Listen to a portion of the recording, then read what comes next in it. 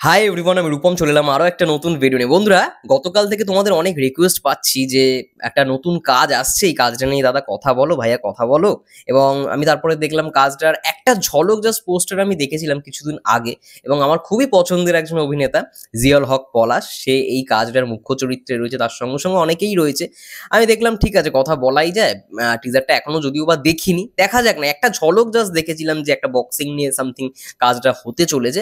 এবং অনেকদিন পর জিয়াউল হক পলাশ মানে মানে একটা প্রজেক্টে ফিরছে। আমি দেখলাম বেশ কিছু নাটকে বা বেশ কিছু ওয়েবে আমি তাকে দেখেছিলাম, কাজল আরফিন, অমি ভাইয়া, লাস্ট যে কটা বেরিয়েছিল অসময়, বা এখন রিসেন্ট যেটা আসছে হাউ সুইট, সেখানেও এই হেলিকপ্টারের সামনে দেখলাম জিয়াউল হক পলাশ থেকে শুরু করে শিমুল সবাই দাঁড়িয়েছে, কাজল আরফিন অমি ভাইয়ার ব্যাচেলার পয়েন্টের যে আর কি টিম, সে তারা আর কি দাঁড়িয়ে আছে ওই হেলিকপ্টারের সামনে। যাই হোক, এটা পুরোপুরি পার্টিকুলার ইন্ডিভিজুয়াল। অনেকদিন পর আই থিঙ্ক জিয়াউল হক পলাশের একটি কাজ আসছে অনেকদিন পর। অনেকদিন তাকে মিস করেছি, অবশ্যই মিস করেছি। সেই কাবিলা চরিত্র, যদিও বা ব্যাচেলার পয়েন্টের আমার সবকটা এপিসোড দেখা হয়নি, কিন্তু আমি কাজল আরফিন অমি ভাইয়ার কাজগুলো থেকেই আর কি এদেরকে চিনি, খুব ভালো লাগে। এবং জিয়াউল হক পলাশ অনেকদিন পর, দেখা যাক ট্রেলারটা আগে, এই টিজারটা আগে রিয়াকশন করি, তখন আরো ভালো রকম ভাবে আমরা কথা বলতে পারবো। চলো টিজারটা চালিয়ে দেখি, লাইভ রিয়াকশন করব। Let's start. Use earphones for better experience. Club 11 entertainment.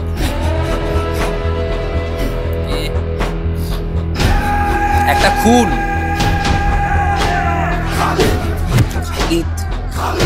বাহ, ব্যাকগ্রাউন্ড স্কোরটা ভালো দিয়েছে। ভাইয়ের জন্য লড়াই,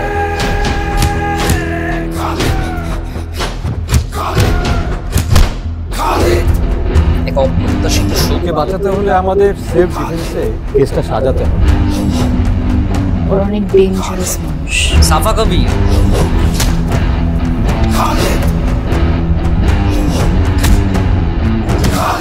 বাহ,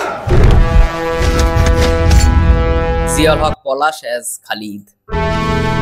ভেতরে তোমার জন্য ভিআইপি ট্রিটমেন্টের ব্যবস্থা করছিলাম। নরকের ভিতরে ভিআইপি ট্রিটমেন্ট নরকের মতোই। বাহ, লাস্টের ডায়লগটা তো হেভি দিল। আচ্ছা, ডিরেক্টর তানিম রহমান অংশু, ও মাই গড। তানিম রহমান অংশুর তো কাজ আমি দেখেছি, আমি হইচইতে দেখেছি তার সিরিজটা বুকের মধ্যে আগুন, অপূর্বকে নিয়ে সিরিজটা করেছিল। উনি তো খুবই ভালো একজন ডিরেক্টর, আই থিঙ্ক ভালো হবে এই কাজটা। এবং যে সংলাপগুলো আমরা শুনতে পেলাম জিয়াউল হক পলাশের মুখে সবার শেষে, যে নরকে আর কি এরকম সামথিং এটা ছিল, আর একবার চালাই শুনি। ট্রিটমেন্টের ব্যবস্থা করছিলাম। নরকের ভিতরে ভিআইপি ট্রিটমেন্ট নরকের মতোই। নরকের মধ্যে ভিআইপিটি, নরকের মধ্যে এরকম সামথিং ডায়লগটা, বাহ, খুব এঙ্গেজিং একটা স্টোরি হতে চলেছে আমার যেটা মন বলছে।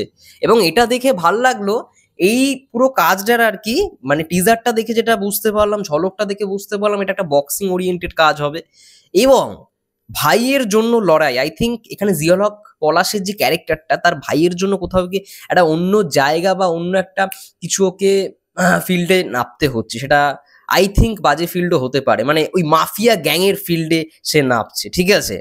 এবং সাফা কবির আই থিঙ্ক এখানে ওর গার্লফ্রেন্ডের চরিত্র হয়তো প্লে করবে, যদিও বা আমি দেখেছিলাম, আমার মনে আছে ব্যাড বাজ অ্যান্ড গুড বাজ, তারপরে সঙ্গে ইয়েতে এলো 2024-এই এসছিল কি জানো, লাভ বাস। যদিও বা অতটাও ভালো ছিল না লাভ বাসটা, কিন্তু good bus and bad bus brilliant, আমার খুব পছন্দের কাজ। সেখানে জিয়াউল হক পলাশও ছিল, তারপরে সাফা কবিরও ছিল, তারা বন্ধু হয়েছিল। এবং আমার না পার্সোনালি এই জিয়াউল হক পলাশের সঙ্গে পারসা ইভানার এই পেয়ারটা খুব ভালো লাগে, বিশেষ করে ওই পেয়ার, ওইখান থেকেই এসছে ওই পেয়ারটা, গুড বাস ব্যাড বাস থেকে। ভালো, বেশ অন্যরকম প্রচেষ্টা। এবং জিয়াউল হক পলাশ এতদিন পরে একটু অন্যরকম চরিত্রে, ক্যারেক্টার, সে সুইচটা খুব ভালো রকম ভাবে করেছে, তার স্ক্রিপ্ট চয়েসটাও ভালো, এবং ভালো প্রজেক্ট হতে চলেছে। এটা একটা ঈদেরই নাটক, লাইক করে দিই। আমি একটু ক্রেডিট সেকশনটা দেখে নিই। এখানে প্রডিউসার আকবর হায়দার মুন্না, স্টোরি লিখেছে তানিম রহমান অংশ, নাজিমউদ্দৌলা। আচ্ছা, নাজিমউদ্দৌলা তো খুব পপুলার একজন story writer. Screenplay Nazimuddaula, dialogues Nazimuddaula and Abdullah Zahir Babu. Okay, Ziaul হক পলাশ, সাফা কবির, শতাব্দী ওয়াদুদ, তানিয়া আহমেদ, আরফান, মৃধা, শিবলু, সঞ্জু জন, প্রান্ত অ্যান্ড আদার্স এখানে অভিনয় করেছে।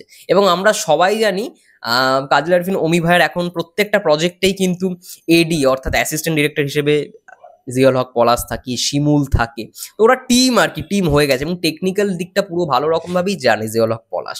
তো ভালো লাগলো এই জিনিসটা দেখে। দেখো ফিমেল নাটকে যদি ফিমেলের কথা বলি, পার্ট 1 পার্ট 2 এই সমস্ত নাটকগুলোতে বা এই সমস্ত কাজগুলোতে আমরা জিয়াউল হক পলাশকে মানে একেবারে একটা মজার চরিত্র করতে দেখেছি। সে মানে কথা থেমে থেমে বলে, তোতলে যায়, ঠিক আছে, এরকম একটা ক্যারেক্টার।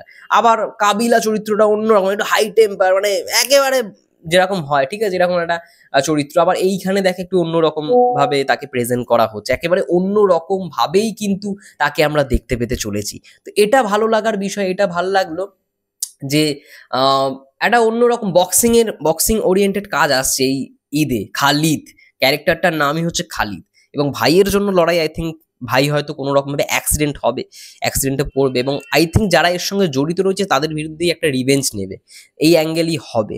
দেখা যাক কি হয়। বেশ ভালো লাগলো, টিজারটা বেশ একটা অন্যরকম স্টোরি লাইনের হতে চলেছে, এবং সাফা কবির থাকছে, এবং ডিরেক্টরের নাম যখন তানিম রহমান আংশু, তো আই থিঙ্ক ভালো একটা কাজ আমরা আশা করছি তার থেকে। দেখা যাক কেমন হয়।